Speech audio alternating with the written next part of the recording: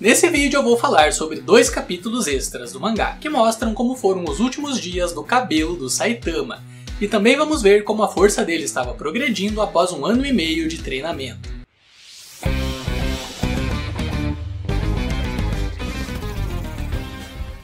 E aí galera, tudo beleza? Eu sou o Vinícius Winkler, esse é o NerdTube, hoje eu vou falar de One Punch Man, então já dá aquele soco mortalmente sério no like e garanta sua inscrição aqui no canal. Galera, no final do segundo capítulo extra do mangá foi mostrado que após 10 meses de treinamento, Saitama começou a perder cabelo, ao mesmo tempo que também estava prestes a alcançar o nível de força dos heróis de classe S. E esses 2 capítulos dos quais eu vou falar acontecem em torno de 8 meses após o final do segundo capítulo extra, ou seja, 1 ano e meio após ele ter começado a treinar. Enfim, o primeiro capítulo é bem curtinho e mostra o Saitama fazendo seu treinamento habitual. E um detalhe interessante é que apesar do Saitama já estar fazendo essa rotina de treino há 1 ano e meio e inclusive já ter alcançado o nível dos heróis de classe S, mesmo assim ele claramente ainda tem dificuldades para concluir seu treinamento, já que podemos ver que por algum motivo ele ainda fica bastante cansado enquanto faz o seu treinamento habitual. E isso não faz muito sentido, né? Afinal, o corpo dele já está centenas de vezes mais forte do que quando ele começou a treinar. E inclusive por ter ficado tão forte e não ter aumentado a carga do seu treino para compensar isso, o Saitama já deveria ter parado de progredir. Mas enfim, que depois eu vou falar mais sobre isso. Voltando para o capítulo, vemos que logo após ter terminado seu treinamento rotineiro, o Saitama voltou para o seu apartamento e foi tomar um banho. E durante o banho ele percebeu que estava perdendo muito cabelo, bem mais do que o habitual. E um detalhe importante é que essa perda de cabelo estava acontecendo em quantidades ainda maiores na parte de trás da cabeça do Saitama. E por isso ele decidiu dar uma olhada para conferir se tinha algo de errado com a parte de trás da cabeça dele. O único problema é que o Saitama tinha apenas um espelho no seu apartamento. E por isso, digamos que ficou um pouco complicado para ele olhar para a própria nuca sem ter um segundo espelho para colocar na frente dele. Porém, como o Saitama tem um QI de mais de 8.000, ele teve a ideia genial de simplesmente girar o seu corpo o mais depressa possível, para dessa forma poder ver a sua própria nuca no espelho antes que seu reflexo tivesse tempo para se virar também. E apesar dessa ideia do Saitama ser completamente maluca, ele é tão teimoso que simplesmente se recusou a desistir. E por isso ele ficou girando em frente ao espelho por vários minutos sem parar, enquanto forçava seu corpo ao máximo para tentar ser o mais rápido possível. E inclusive, ele girou a cabeça tantas vezes e tão depressa que os cabelos dele começaram a cair ainda mais rápido por causa disso. Ou seja, galera, é provável que o Saitama ainda esteja conseguindo se fortalecer somente graças a esse tipo de ideia maluca que ele tem de vez em quando. Afinal, o treinamento normal dele vai eventualmente se tornar inútil graças ao aumento de força que ele tem a cada dia. Porém, esse tipo de desafio maluco que o Saitama impõe para ele mesmo faz com que ele force seu corpo até um limite completamente diferente. Afinal, a única forma do Saitama ser capaz de ver a própria nuca no espelho usando essa estratégia de girar o mais rápido possível é caso ele consiga ser mais rápido do que a própria luz. Ou seja, para conseguir essa façanha, o Saitama teria que girar seu corpo numa velocidade acima de 300.000 km por segundo. Afinal, a imagem do Saitama viaja até o espelho na velocidade da luz e depois o espelho reflete a imagem de volta nessa mesma velocidade. Então, caso ele conseguisse girar o corpo mais rápido do que isso, ele teria uma fração de segundo para poder ver a própria nuca no espelho antes que o reflexo dele também girasse.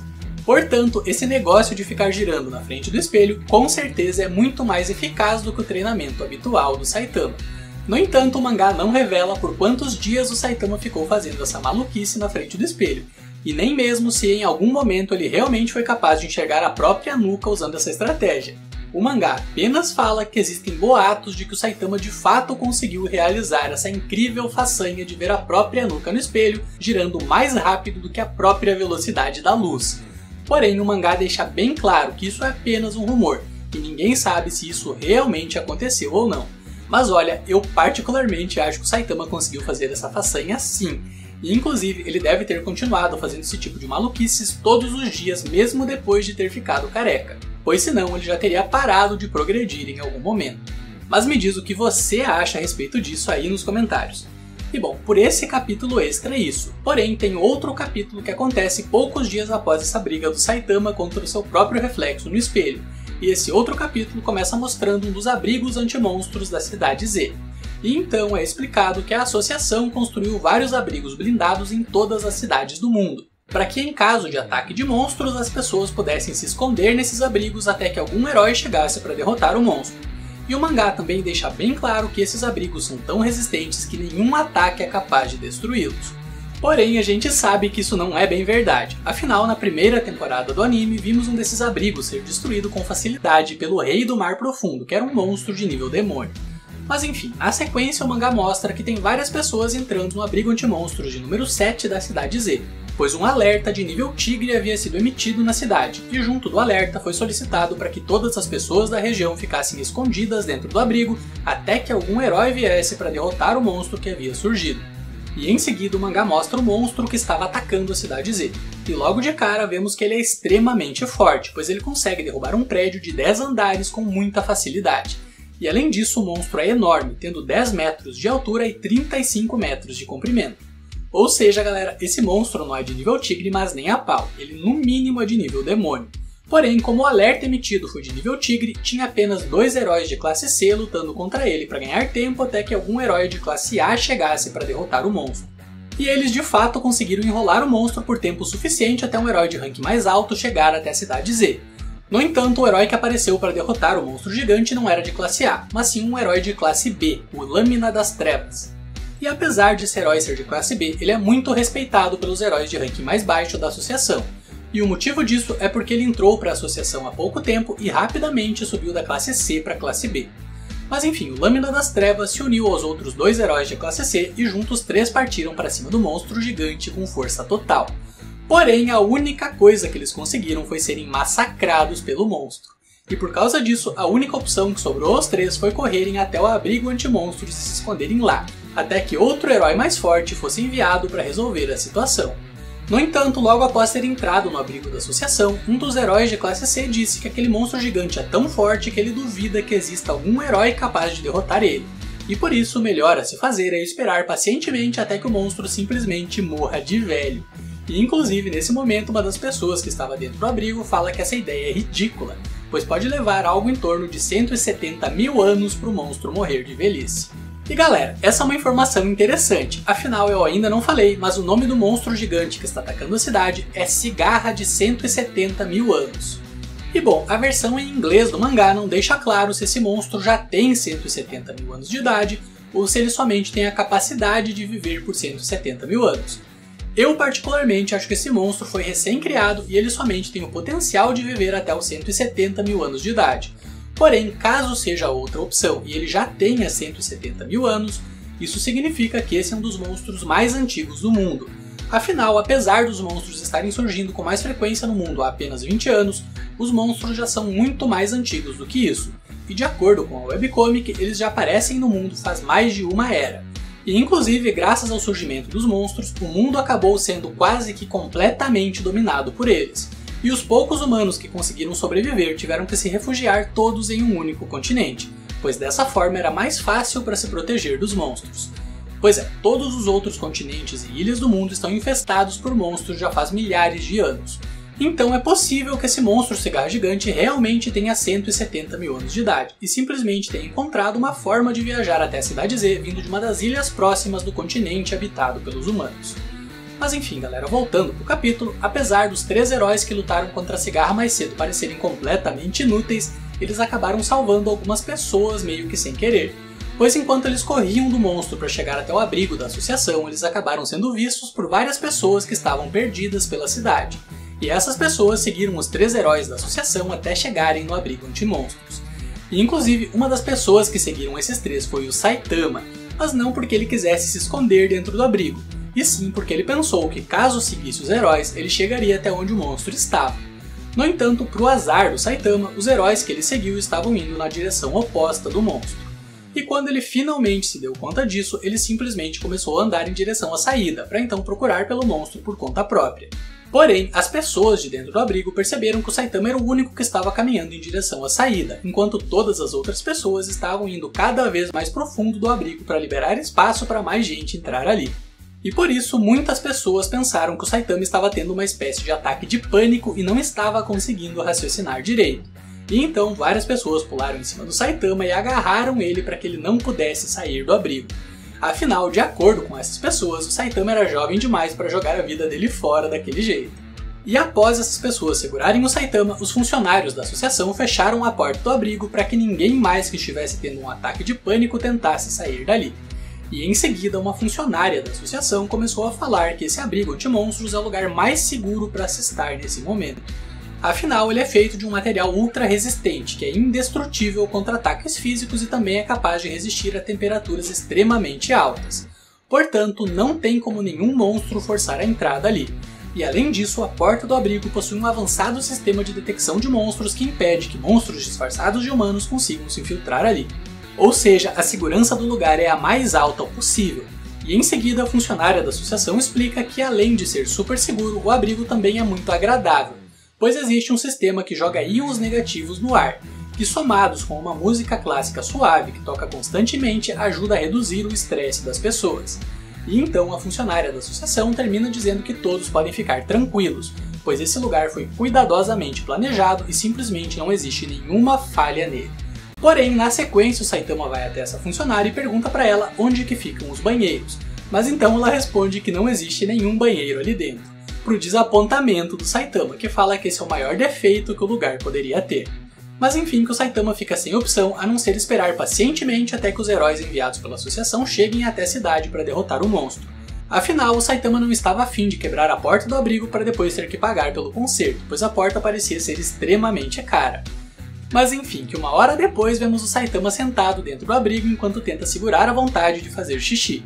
Mas então uma das pessoas de dentro do abrigo anuncia que ficou sabendo que os dois heróis de classe A que foram enviados pela associação para eliminar o monstro acabaram sendo derrotados, e por isso o nível de ameaça do monstro foi elevado para demônio.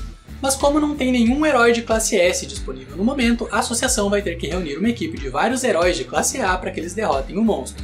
O único problema é que o tempo estimado para esse grupo de heróis de classe A chegar até a cidade Z é de 3 horas. E ao escutar isso, o Saitama simplesmente desiste de ficar parado esperando, afinal ele precisa urgentemente de um banheiro. E então ele vai até uma das paredes do abrigo, pois ele chegou na conclusão que o conserto da parede provavelmente vai sair menos caro do que ter que comprar uma porta nova. E após concluir isso, o Saitama simplesmente dá um soco que abre um buraco na parede blindada do abrigo da associação. E em seguida o Saitama pula para fora para procurar por uma loja de conveniência onde ele possa finalmente fazer xixi. E detalhe que as pessoas de dentro do abrigo não perceberam que foi o soco do Saitama que quebrou a parede. Pois é, todos ficaram pensando que a parede quebrou sozinha por algum motivo misterioso. E além disso, todas as pessoas começaram a lamentar pela morte do Saitama. Afinal, depois que ele pulou para fora do abrigo, ele começou a correr exatamente em direção ao local onde o monstro estava. Mas enfim, que na sequência vemos o Saitama correndo desesperado pelas ruas da cidade Z enquanto tenta achar um banheiro. E galera, nesse momento podemos ver que existe um buraco no meio do cabelo do Saitama. Pois é, o processo de encaricamento dele já estava bastante avançado. E lembrem disso porque eu vou falar um pouco mais a respeito disso daqui a pouquinho. Mas enfim, que quando o Saitama finalmente conseguiu encontrar uma loja de conveniência, o monstro que estava atacando a cidade acabou chegando até ele. Porém, o Saitama já estava tão irritado com toda essa espera para poder finalmente fazer xixi, que ele simplesmente destruiu a cabeça do poderoso monstro de nível demônio com um só soco, sem nem sequer parar de correr em direção ao banheiro. E olha, só para deixar claro quão forte o Saitama já estava nesse momento, existe um audiobook que revela que em algum momento, enquanto o Saitama ainda tinha cabelo, ele acabou se tornando mais forte do que a própria Tatsumaki. Então, como nesse capítulo o Saitama já estava prestes a ficar careca, a gente pode concluir que ele já havia superado a Tatsumaki e no mínimo estava entre os 3 heróis mais fortes do mundo, junto do Blast e, pasmem, do Homem Cão de Guarda. Afinal, como já vimos no capítulo 173 do mangá, 6 meses antes do Saitama ficar careca, o Blast já era capaz de derrotar monstros de nível dragão como a Centopeia Anciã, e o Cão de Guarda é conhecido por derrotar dezenas de monstros todos os dias, sendo que ele nunca recebe nenhum ferimento e nem demora mais do que apenas alguns segundos para derrotar qualquer inimigo que apareça no território dele. Além de que a cidade protegida pelo Cão de Guarda é simplesmente o lugar mais perigoso do mundo inteiro, tanto em relação à quantidade de monstros quanto em relação ao nível médio dos monstros que surgem lá.